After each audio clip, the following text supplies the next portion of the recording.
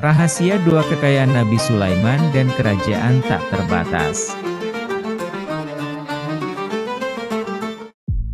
Nabi Sulaiman adalah putra dari Nabi Daud, seorang pemimpin yang terkenal bijaksana, adil, dan sangat disayangi rakyatnya. Sejak kecil, Nabi Sulaiman diajarkan langsung oleh ayahnya mengenai arti kepemimpinan yang baik. Nabi Daud mendidik Sulaiman tentang pentingnya keadilan dalam membuat keputusan, rasa tanggung jawab terhadap rakyat, serta pentingnya memiliki ketakwaan yang tinggi kepada Allah. Sulaiman sering mendampingi ayahnya dalam berbagai sidang kerajaan dan menyaksikan langsung bagaimana ayahnya mengatasi masalah-masalah rakyat dengan penuh keadilan dan kasih sayang. Suatu hari, saat Sulaiman masih sangat muda, datanglah dua wanita ke hadapan Nabi Daud dengan membawa permasalahan yang sulit dan sensitif. Mereka memperdebatkan seorang bayi yang masih sangat kecil. Kedua wanita itu mengklaim bahwa bayi tersebut adalah anak kandung mereka, dan mereka saling bersikeras bahwa bayi tersebut harus berada di pangkuannya. Nabi Daud menghadapi situasi yang sulit, karena kedua wanita ini sama-sama menunjukkan rasa keibuan yang kuat terhadap sang bayi.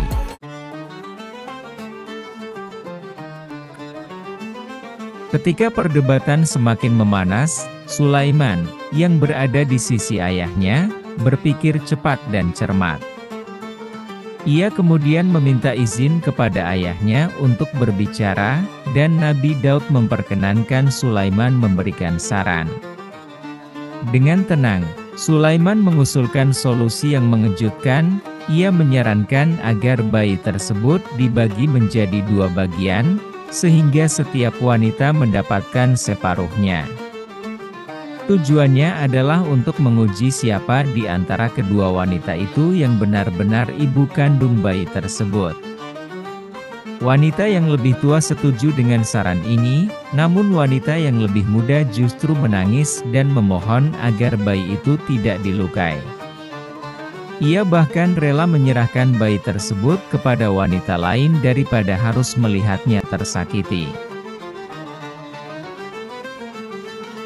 Dari reaksi ini, Sulaiman dengan cepat menyimpulkan bahwa wanita yang menangis itu adalah ibu kandung bayi tersebut. Ia memberikan bayi itu kepadanya, dan permasalahan pun selesai dengan adil. Keputusan ini membuat Nabi Daud terkesan dan semakin yakin akan kecerdasan, kebijaksanaan, serta ketulusan Sulaiman yang luar biasa, bahkan sejak usia mudanya. Kisah ini menyebar ke seluruh wilayah, sehingga rakyat mulai melihat Sulaiman sebagai penerus yang layak atas kepemimpinan ayahnya. Seiring waktu, Sulaiman terus mendampingi Nabi Daud dalam menjalankan pemerintahan, mempelajari seni kepemimpinan, dan mengasah keterampilan dalam mengambil keputusan. Nabi Daud berupaya membentuk Sulaiman menjadi pemimpin yang memiliki sifat-sifat luhur, yang selalu mengutamakan keadilan, kasih sayang, dan ketundukan kepada Allah dalam setiap tindakan.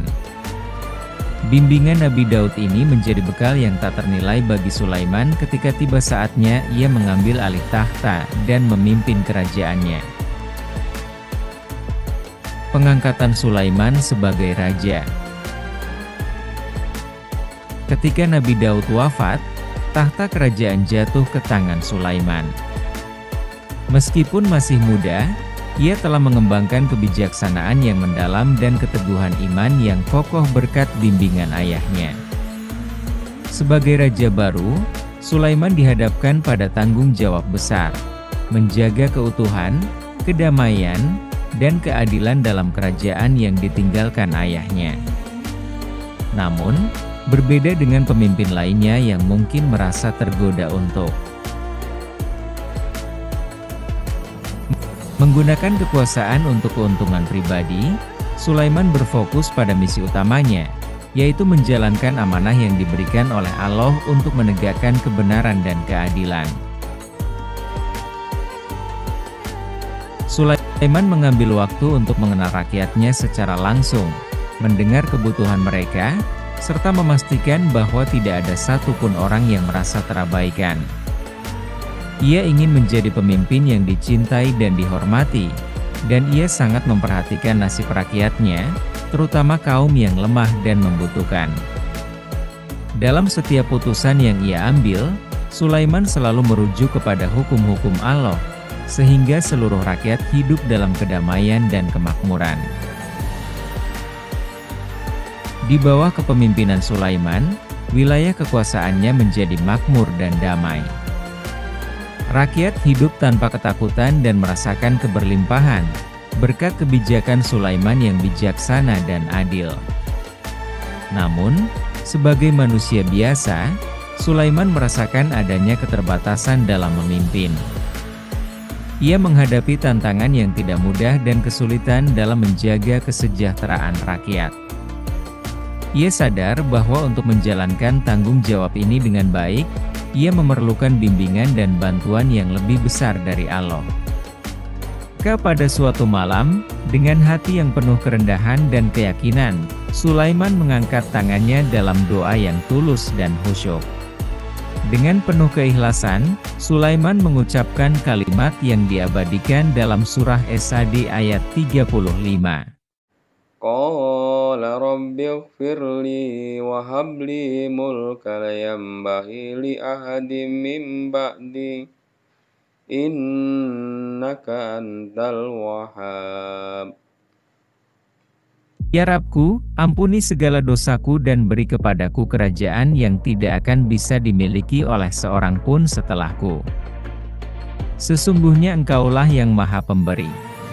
Ia menginginkan sebuah kerajaan yang besar dan kuat agar bisa menjadi bukti nyata tentang kekuasaan Allah kepada umatnya. Pertama-tama, dalam doanya, Sulaiman memohon ampun kepada Allah atas dosa-dosanya, mengakui kelemahan dan ketidakberdayanya sebagai seorang hamba.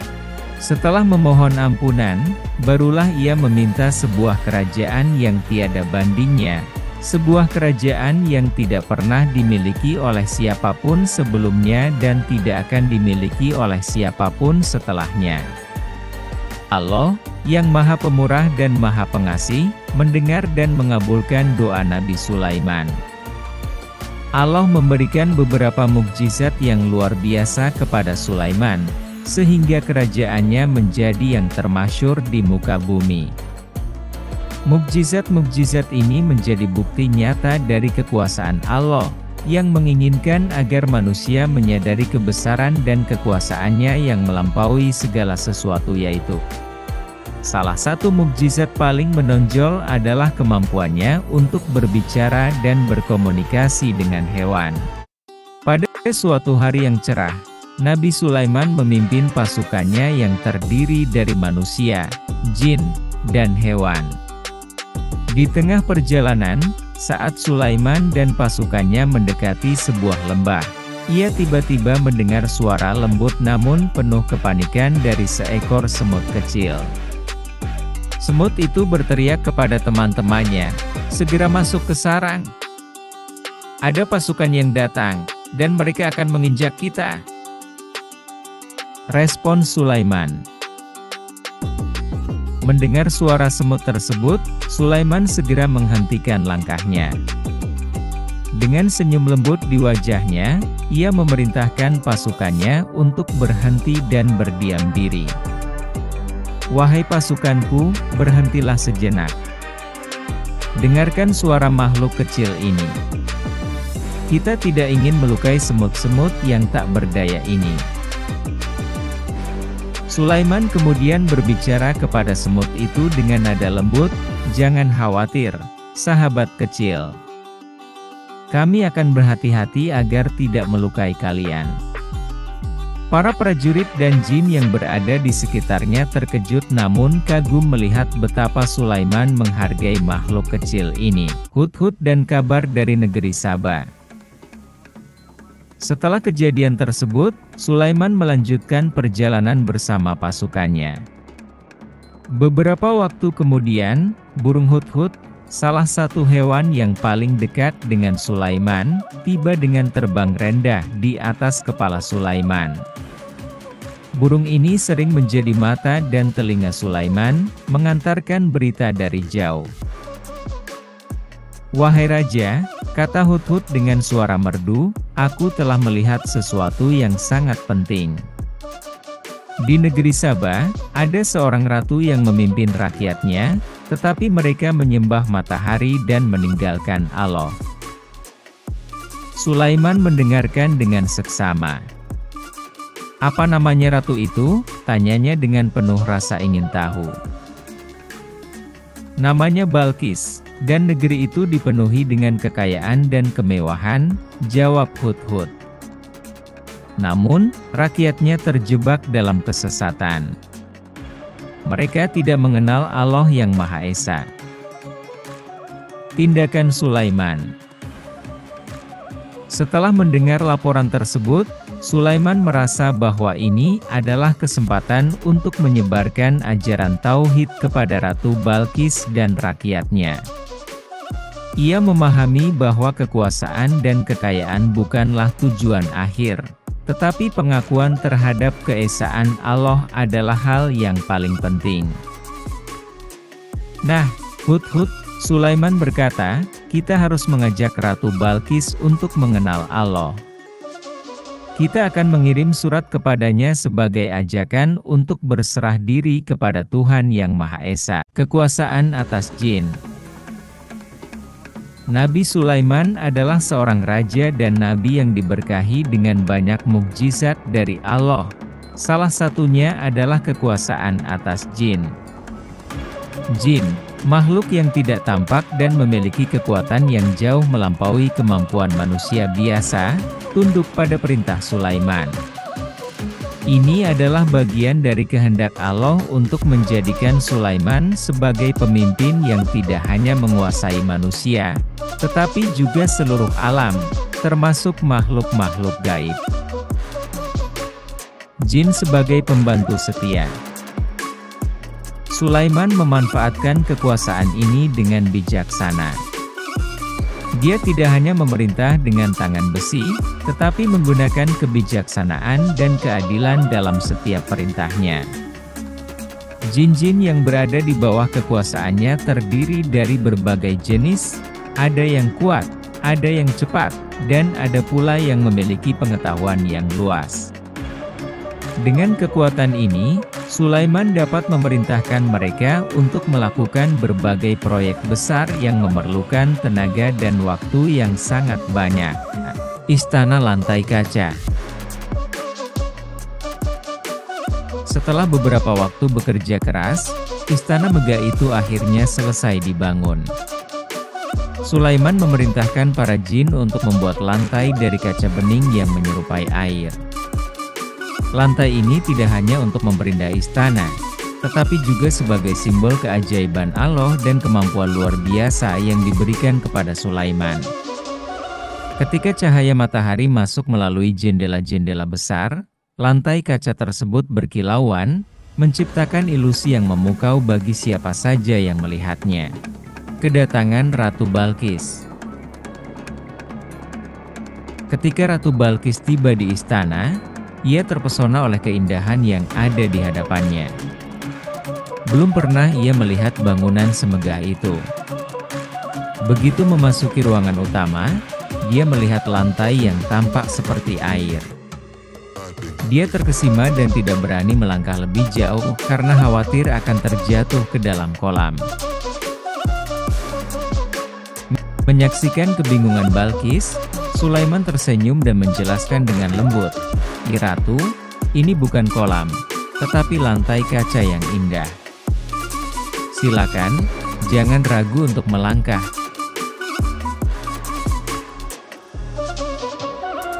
Balqis mengangkat gaunnya dengan hati-hati dan melangkah maju, heran melihat bagaimana langkahnya tidak merusak keindahan lantai tersebut. "Subhanallah," ya ia berbisik, ya ini adalah keajaiban yang luar biasa. Di antara semua mukjizat yang diberikan, kemampuan untuk mengendalikan angin merupakan salah satu yang paling menakjubkan. Angin yang dikendalikan Sulaiman bukanlah angin biasa. Ia adalah angin yang kuat dan cepat, mampu membawa Sulaiman dan seluruh pasukannya kemana saja dalam waktu singkat. Kebangkitan kekuatan angin. Suatu hari, Sulaiman memanggil angin dengan suara yang penuh ketegasan. "Wahai angin, datanglah dan bawa aku ke tempat yang aku inginkan." Tanpa menunggu lama, angin yang kuat berhembus, mengangkat Sulaiman dan pasukannya ke udara.